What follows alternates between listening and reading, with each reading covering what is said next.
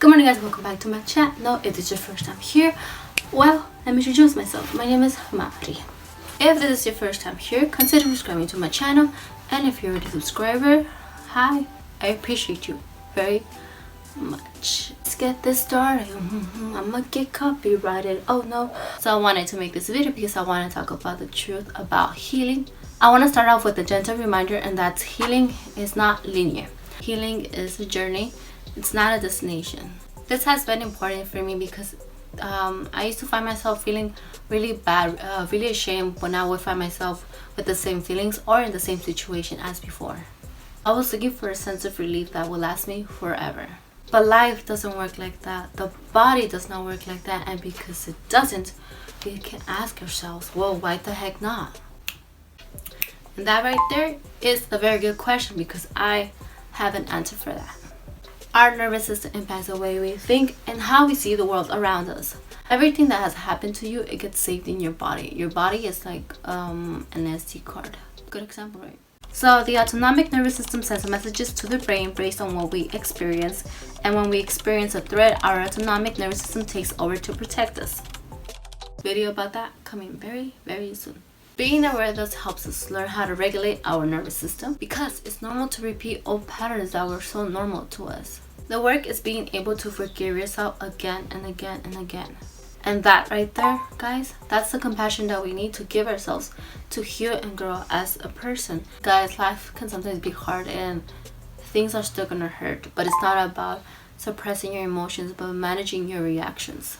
Every time you make a choice and that choice is different from your old patterns, that choice will bring a different experience, and that experience will be healing. Personally, I would describe healing as a sense of clarity that you feel in your heart. And it's only after you learn how to hold the pain and you learn how to respond to it that you can feel it's safe to fall apart. Because you know you're going to be there. Chef's kiss right there, like. And one of the ways that you can show yourself that you're going to be there is by respecting how you feel, which leads me to the next breakthrough, respecting how you feel. I'm sure you have heard that you need to accept your emotions and that you need to be aware of your emotions, right? But if you're used to having your emotions dismissed constantly, you also learn to dismiss them yourself. And you also learn to be ashamed of them, and that's what happened to me. When I was told to accept my emotions, to accept my reactions, I felt like I couldn't, like, what is that? I felt like I had to accept something that I was not capable of holding. And that connects to childhood trauma, relational trauma, but let's leave that part for later. Because I want to share that when I took a step back to respect how I feel, the shame slowly started to go away. And yes, I still feel shame, but approaching my feelings with respect feels so much better with me. I'm respecting myself and that feels good. But I'm also respecting the fact that these emotions, these thoughts, these trauma responses are not signs that I'm crazy. They are not signs that I'm broken. These are signs that my nervous system is working hard to protect me. As such, trauma reactions and mental health difficulties are linked to your nervous system. And when you become aware of these patterns of reactivity, you then have the opportunity to take responsibility of your own healing. When we understand our emotions, we learn how to hold them and we feel more comfortable in accepting these difficult emotions that we have. And a note to know, just because your emotions are valid, that doesn't mean they should dictate your behavior, okay? Which leads me to my next point, my next breakthrough, reparenting yourself. What's reparenting yourself? Well, the subconscious mind is formed in childhood. That's when we learn how to process our emotions, other habits and behaviors. And if our parents were unconscious with their behaviors and patterns, then they were operating from their own unprocessed emotions. So now as adults, we have so many opportunities to break cycles and choose different behaviors to heal from what we experienced in the past. And that's called reparenting. So you see why it's important to start being compassionate with yourself and just validating your reality. And there might be a disconnection at first. You're like, I don't know what to give myself. I don't know what I want. And that's okay.